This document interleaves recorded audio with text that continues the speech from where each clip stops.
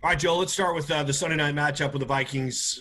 You and I have talked about this and pretty much agree that there's going to be a lot of points scored at CenturyLink Field on Sunday night.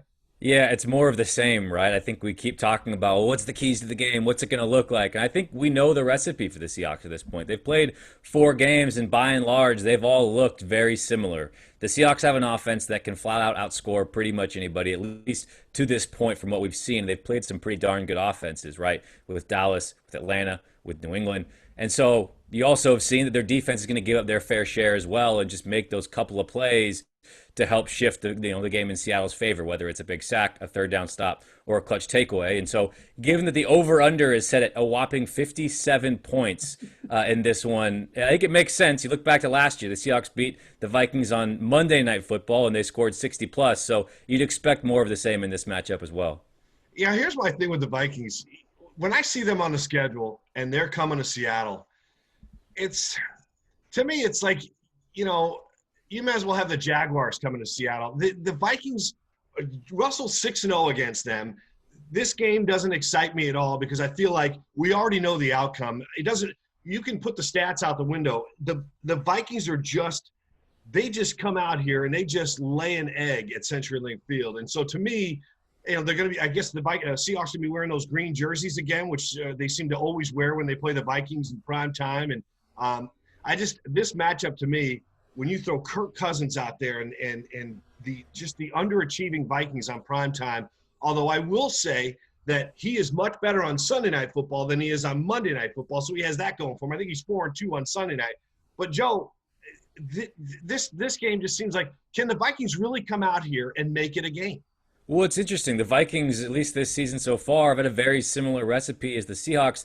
They just don't do it as well, right? I mean, their defense has been very subpar, and they have a lot of injuries and a lot of guys who are missing from last year, right? And so really it's Yannick Ngakoue, their trade acquisition, who's been their star. But beyond that, Trey Waynes is gone. Linval Joseph, Everson Griffin, Anthony Barr. I'm missing one right in the middle, Daniil Hunter, all guys who are either gone or injured. And so you're looking at this defensive front for the Vikings that was always such a threat. So when you look back to last year's matchup, it was okay. The Vikings have that dominant front seven. How is that going to match up against Seahawks' subpar offensive line? Well, now that's gone. So there's really nowhere you look at this matchup and say the Vikings have the clear-cut advantage. Their receivers are tremendous. But are they better than Adam Thielen and Justin Jefferson, better than DK Metcalf and Tyler Lockett? No. Is Dalvin Cook better than Chris Carson? Yeah, maybe, but marginally, right? And so, yeah, I think you're spot on in that I don't know where you look at this matchup from any angle and say the Seahawks are in trouble in this one. This is absolutely a game they should win, I agree. Yeah, and it starts with the Vikings. I look at that offense, and it starts with Cousins. And, man, I don't know if he gets a bad rap, but he just, to me, there's just nothing impressive about Kirk Cousins, and he got that massive contract for them. Let's talk about Carson. I love when he came out this week and at his press conference, because we don't get to hear too much from Chris Carson, but when he called Tristan Hill's Gator roll and against the Cowboys a bullshit ass move, I thought that was one of the first things he said in his press conference because it was one of the first questions. But can Carson's style, the way he punishes people and gets punished, he really wants to play a full 16 games for the first time in his career. Can he keep this up? I think so, but I think you've seen the Seahawks be very cautious with him, right? I don't think he's gotten anywhere near 20 carries this season, where last year it felt like every other game he was at 20 plus, somewhere, sometimes upwards of 25 or more. So I do think the Seahawks have been very cognizant of making sure they limit his workload and keep that rotation going, even without Carlos Hyde in the lineup, right? Using DJ Dallas, using Travis Homer, and making sure Carlos Hyde is fresh, not just for that game, but healthy throughout the season. And Carlos Hyde's a gamer, man, and he's a guy you'd want to go to the trenches with. He's a tone setter, and the fact that he went and played that game on a contract year, and it would have been so easy for him. I don't think anyone would have judged him if he said, I got a knee sprain. Even if it's not that serious, I owe it to myself and my career to be cautious with this thing. And he said, nope, I'm going to go carry the rock and punish the Dolphins for 80 yards and 2 touchdowns. And so he's a tremendous talent. I'm really interested to see what happens with him this next offseason, whether it's the Seahawks or someone else that decides to pony up and pay him. But there is zero doubt and zero argument that the Seahawks are a much better offense when Chris Carson is in the backfield and healthy. I think so too. I think he gets overlooked a lot because of the stats that Russell throws out there and the flashy receiving. plays that the Seahawks have. I still believe that doesn't work unless you have a threat on the ground, and Carson is definitely that guy. All right, let's look at the obvious thing. The Seahawks run defense, I think, is ranked third this week. I don't know, they're still hanging on to that top 5 ranking, but their pass defense is still dead last. Is that somewhere where the Vikings can exploit them this week, especially with this rookie Jefferson at receiver?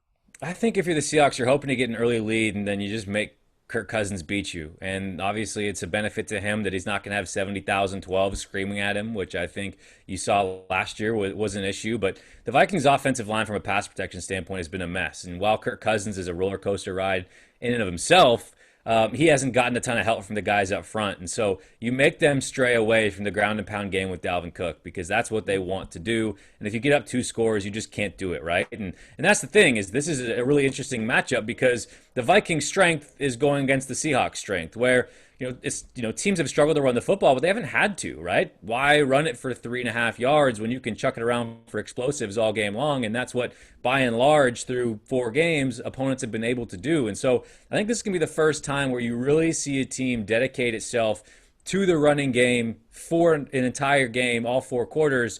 So it all depends, right? Do the Seahawks let them stick to that script? Because the Vikings want, where the Cowboys were fine to get into a track meet, I can't imagine that's where the Vikings want to go with this thing. I think they want long possessions. They want Russell Wilson on the sideline, and you make it a 5-minute game in the 4th quarter where you can hopefully steal one on prime time.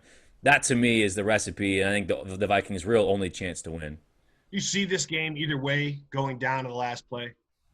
It's kind of the Seahawks' MO, right? You know what I mean? I think it's one of those things where even the Miami game last week, they get a couple of, touchdowns in the 4th quarter, make it a 2-score game, and then Miami marches down and make it, an onside kick, and you got to get another first down. And I think that's kind of how this one will go as well. I see 4th quarter garbage time touchdowns that make the game closer than it should appear. That's exactly what happened last year at CenturyLink Field, where it seemed like the Seahawks were comfortably in front and going to pull away. Then all of a sudden you're like, oh wait, it's a 1-score game.